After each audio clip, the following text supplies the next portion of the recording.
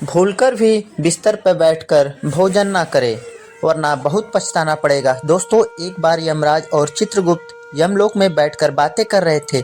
तभी चित्रगुप्त यमराज से पूछते हैं, हे प्रभु, किस कारणवश मनुष्य की अकाल मृत्यु हो जाती है? कौन से मनुष्य को संतान का सुख प्राप्त नहीं होता है? और कुछ मनुष्य की मृत्यु शिशु अवस्था में ही क्यों हो जाती है? इसके पीछे क्या कारण है? तब यमराज चित्रगुप्त को बताते हैं कि चित्रगुप्त, तुमने बहुत अच्छा प्रश्न किया है।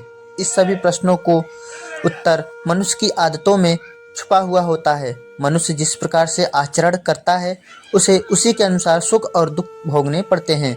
मनुष्य के अकाल मृत्यु होने के पीछे भी एक कारण उसकी ही आदत होती है।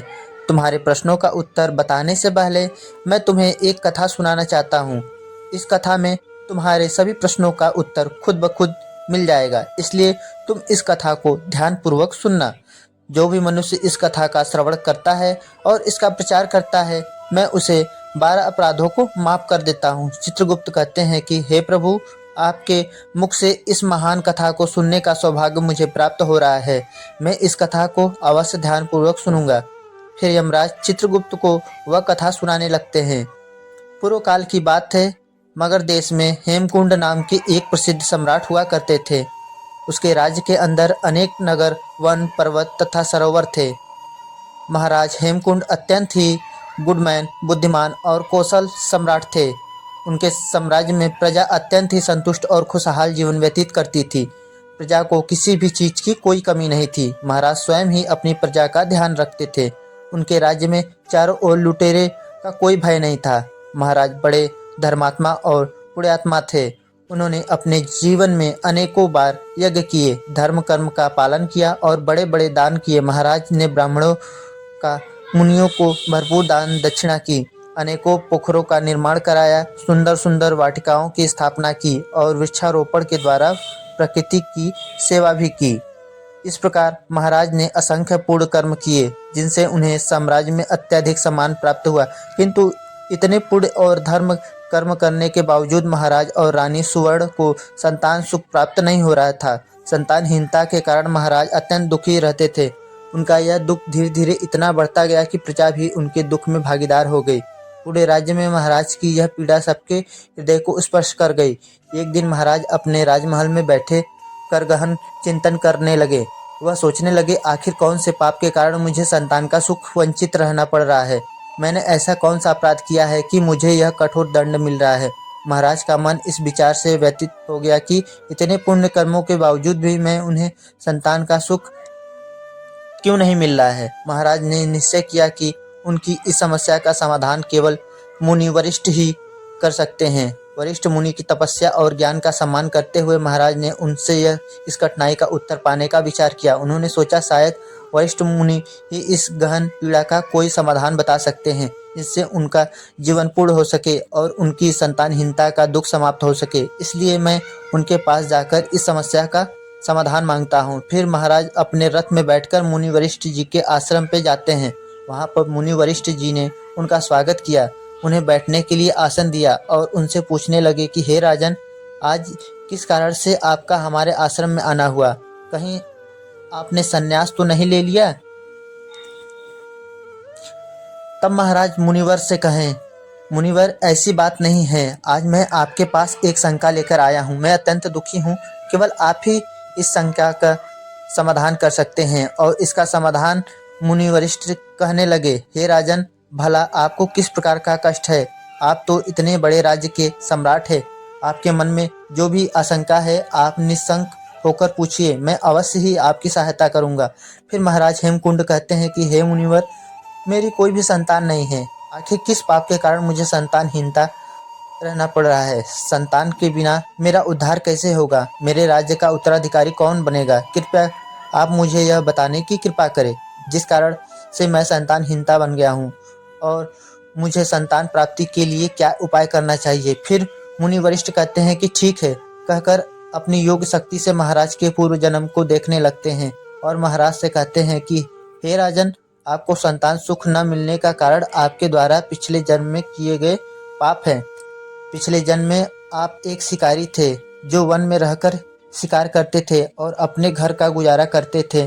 फिर एक दिन आप वन में शिकार करने के लिए गए और वहां आपने बछड़े को दूध पिला रही गाय को अनजाने में चोट लगा गई। वह घायल गाय हो गई। उसे गाय को घायल करने के कारण ही इस जन्म में आपको पुत्र न होने का श्राप मिल गया। इस बात को सुनकर महाराज बहुत ही दुखी हो गए और मुनि वरिष्ठ जी से प्रार्थना करने लगे, हे मुनिवर, इस पाप से मुझे कैसे मुक्ति मिल सकती है? कृपया कर आप मुझे इस बात से मुक्ति दिलाने का उपाय बताएं। तब मुनिवर कहते हैं कि हे राजन, इस तप से मुक्ति पाने के लिए आप गायों की सेवा करें, इसी से आपको मुक्ति मिल सकती है। फिर उसके बाद राजा हेमकुंड ने अपने राज्य में अनेक गौशाले बनवाए, ब्राह्मणों को गायों का दान किया और अपने महल में गायों की पूजा और सेवा करने लगे। महाराज और महारानी दोनों महल में नित्य गाय की पूजा और उनकी सेवा करने लगे, नित्य गाय को भोजन देने लगे। अनेकों दिन बीत गए। गाय की सेवा करने के कारण महाराज को एक पुत्र रत्न की प्राप्ति हुई, जिससे महाराज अत्यंत प्रसन्न हुए और उन्होंने उत्सव मनाया। महाराज उस बालक को बड़े लाड प्यार से पालने लगे। उनकी हर इच्छा और मनोकामना पूर्ण होने लगेगी। लेकिन इसके कुछ दिनों बाद महाराज के जीवन में दुख के बादल फिर से छा गए। जब महाराज का वह 16 वर्ष का पुत्र हुआ तो अचानक से उसकी एक भयानक रोग के कारण मृत्यु हो गई। पुत्र की मृत्यु से महाराज शोक में डूब गए और कुछ समय बाद वन में मुनि वरिष्ठ जी के आश्रम पहुंच गए।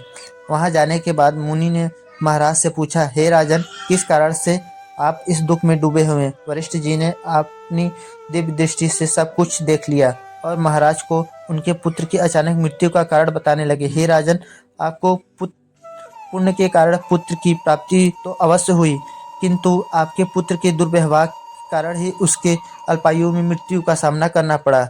आपके पुत्र ने सदैव ही बिना स्नान किए बिस्तर पर बैठकर भोजन किया। जो मनुष्य बिना स्नान किए भोजन करता है उसकी आयु धीरे धीरे घटने लगती है।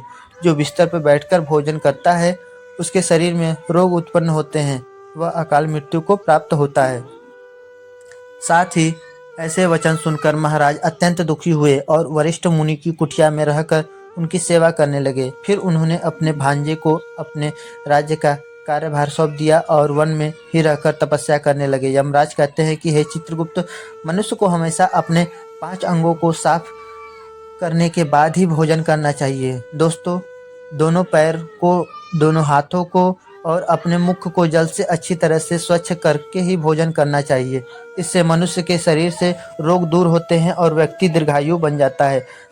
यमराज कहते हैं कि भोजन शुरू करने से पूर्व उसे भोजन के लिए भगवान को धन्यवाद करना चाहिए और अन्य देवी देवताओं को प्रणाम करके भोजन करने से मनुष्य को कोई पाप नहीं लगता। यमराज कहते हैं कि जमीन पर बैठकर भोजन करना ही श्रेष्ठ माना जाता है। बिस्तर पर बैठकर भोजन करने से मनुष्य के शरीर में रोग उत्पन्न होते हैं और उसकी आयु धीरे धीरे कम होती चली जाती है। दोस्तों, शास्त्रों में भी यह बताया गया है कि दहलीज पर बैठकर भी भोजन नहीं करना चाहिए। यमराज कहते हैं कि 3 प्रकार का भोजन मनुष्य को नहीं करना चाहिए। जो भोजन के ऊपर से कोई पैर रखकर चला गया हो या फिर कोई व्यक्ति भोजन को लांघकर चला गया हो, ऐसे भोजन को कभी नहीं खाना चाहिए। दूसरों के द्वारा लांघा गया भोजन खाने से व्यक्ति की आयु घट जाती है और उसके शरीर में कई प्रकार के रोग उत्पन्न हो जाते हैं। यदि भोजन में बाल निकलता है तो ऐसा भोजन अपवित्र हो जाता है। यदि किसी भोजन में बाल निकलता है तो उसे कभी भी ईश्वर को प्रसाद के रूप में नहीं चढ़ाना चाहिए और न ही स्वयं खाना चाहिए। ऐसा भोजन प्रेत योनि में चला जाता है। यमराज कहते हैं कि दूसरों के लिए छोड़ा हुआ भोजन भी नहीं खाना चाहिए। जो मनुष्य दूसरे का भोजन छीनकर खाता है या फिर किसी के बिना दिए ही उसे अपना मानकर उपयोग करता है, उससे देवी अन्नपूर्णा रुष्ट हो जाती है। भोजन हमेशा सभी को बांटकर खाना चाहिए। दूसरे के हिस्से का भोजन करने से मनुष्य की पूर्ण कर्म नष्ट हो जाती है। शास्त्रों के अनुसार दिन के समय मनुष्य को उत्तर की ओर मुख करके अपने शरीर के मलमूत्र का त्याग करना चाहिए। यदि रात्रि के समय मलमूत्र का त्याग करना है तो दक्षिण की ओर मुख करके करना चाहिए। मलमूत्र का त्याग करते समय हमेशा अपने सिर को ढककर रखना चाहिए। किसी भी पेड़ के नीचे, कुएं के पास, नदी के किनारे, गौशाला के पास, देवी मंदिर, अग्नि के पास और शमशान भूमि के पास कभी भी मलमूत्र का त्याग नहीं करना चाहिए। शास्त्र में ऐसा बताया गया है कि खड़े होकर भी मलमूत्र का त्याग नहीं करना चाहिए। इससे शरीर में अनेक रोग उत्पन्न होते हैं। इसके अलावा पूरी तरह निर्वस्त्र होकर भी मलमूत्र का त्याग नहीं करना चाहिए। चलते चलते कभी भी पेशाब नहीं करना चाहिए, इससे जीवन में दरिद्रता आती है।